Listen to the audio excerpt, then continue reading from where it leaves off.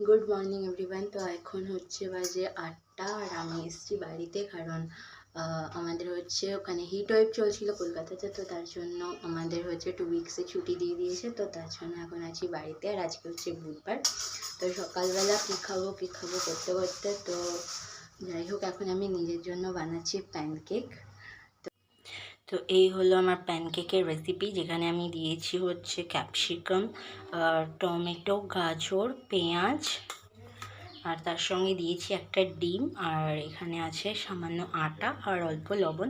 এরপরে অ্যাড করব হচ্ছে জিরে মরিচের গুঁড়ো, আর দেন এটাকে হচ্ছে মিক্সড করব। মিক্সড করার পরে তারপরে ফ্রাই করব। অল্প তেল দিলাম, তেলটা গরম হয়ে গেছে। এরপরে দিয়ে দেবো এই প্যানকেকের ব্যাটারটা।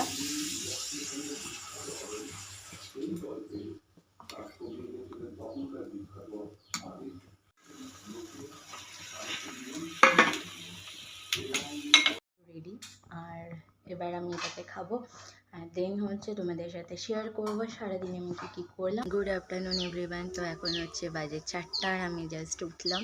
তো বিশাল গরম, বা জানি না কবে বৃষ্টি হবে। তো বলছে তো শনিবারের থেকে হবে, বাট জানি না। বাট যখন কলকাতাতেই ছিলাম, তো কলকাতাতে টেম্পারেচারটা অনেকটাই বেশি ছিল, কিন্তু বাড়িতে আসার পর অতটাও মনে হয় না, কারণ আমাদের বাড়ি এমনিতেই খুব ঠান্ডা। আর এখন মোটামুটি এই বিকেলবেলার দিকটা করে বেশ ভালো হাওয়াটা দেয়, তো তার জন্য অতটাও গরম মনে হয় না। তো এই হচ্ছে ব্যাপার।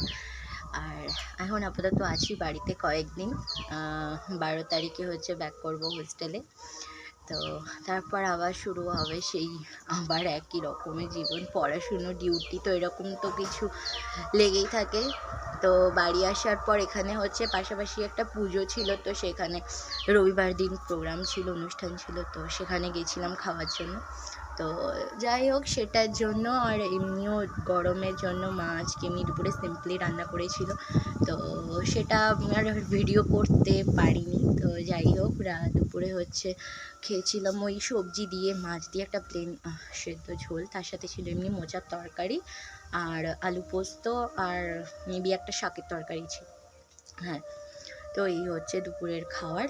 তো আর বাড়িতে এসে আবার কানেরটা পরলাম, কারণ এতদিন ডিউটির জন্য খোলা ছিল, পরতে পারিনি। তো বাড়িতে আসার পর মা জোর করলো পরে নে। তো যাই হোক, এখন হচ্ছে বাজে 4:30, আর আমি এসছি এখন বাগানে। এই হচ্ছে আমাদের বাগান, আগে আরও বড় ছিল, তো গরমের জন্য যাই হোক একদিকে পুরো সাইড করে দিয়েছে। তো এই দিকটা আছে কুমড়ো গাছ, এটা আছে বরবটি, এখানে আছে নোটে শাক, এগুলো সব লাউ গাছ, লাউ ডাঁটার গাছ।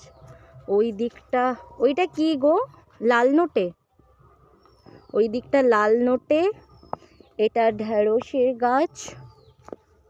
আর এই হচ্ছে আমার বাগানের লাউ হয়েছে। এই পাশটায় আছে কলমি শাক।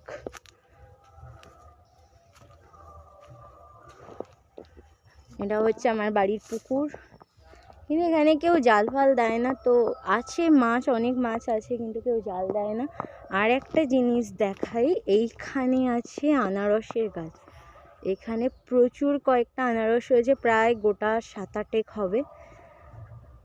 তো এই হচ্ছে হোল বাগান, ওই দিকটা আছে কলা গাছ। তো সকালেই হচ্ছে আজকে ওই কলা গাছ থেকে হচ্ছে মোচা কেটেছিল, তারপরে কাঁচকলা কেটেছিল। তো ওই দিকটা আগে ছিল বাঁশ জঙ্গল, পুরো মানে পুরো একদম বাঁশ ভর্তি ছিল। তো ওই দিকটা যাই হোক এখন কেটে আগুন লাগিয়ে দিয়েছে, তো তার জন্য একটু ফাঁকা ফাঁকা লাগছে। ওইটা আমার বাড়ি, দূর থেকে আমার গ্রামের বাড়ি। আর এটা হচ্ছে যে ওখানে মা আছে, মা হচ্ছে এখন শাক তুলতে গেছে। এইদিকে একটা ছোট আম গাছ আছে, আর এইদিকে পুরো কলা গাছের বাগান। তো এই হচ্ছে টোটাল এরিয়া, এই দিকটা আমাদের লাস্ট এরিয়া। তো এইখানটা হচ্ছে পুরো বেড়া দেওয়া আছে। আর ওই যে ওই বাগানটা, ওইখানে হচ্ছে ওই বাগানটাতে হচ্ছে প্রচুর পরিমাণে ফল হয়। তো আমাদের আজকে সপেদা আছে ওখানে, তো আম গাছ আছে, তো আরও বিভিন্ন রকমের গাছ আছে। এখানটায় আছে দুটো পেঁপে গাছ, আর এই দিকটাতেও বলতে গেলে সবগুলোই কলা গাছের বাগান। তো এখানেও মোটামুটি হয়। এই দেখো ঢ্যাঁড়স, না এটা ঢ্যাঁড়স না, এটা হচ্ছে ঝিঙে হয়েছে। ওইটা বরবটির গাছ, আর এই দেখো এখানে সব ফুল এসছে বরবটিতে, এগুলো সব হবে। আর এইখানে একটা ছোট পুচকি পেঁপে গাছ হয়েছে।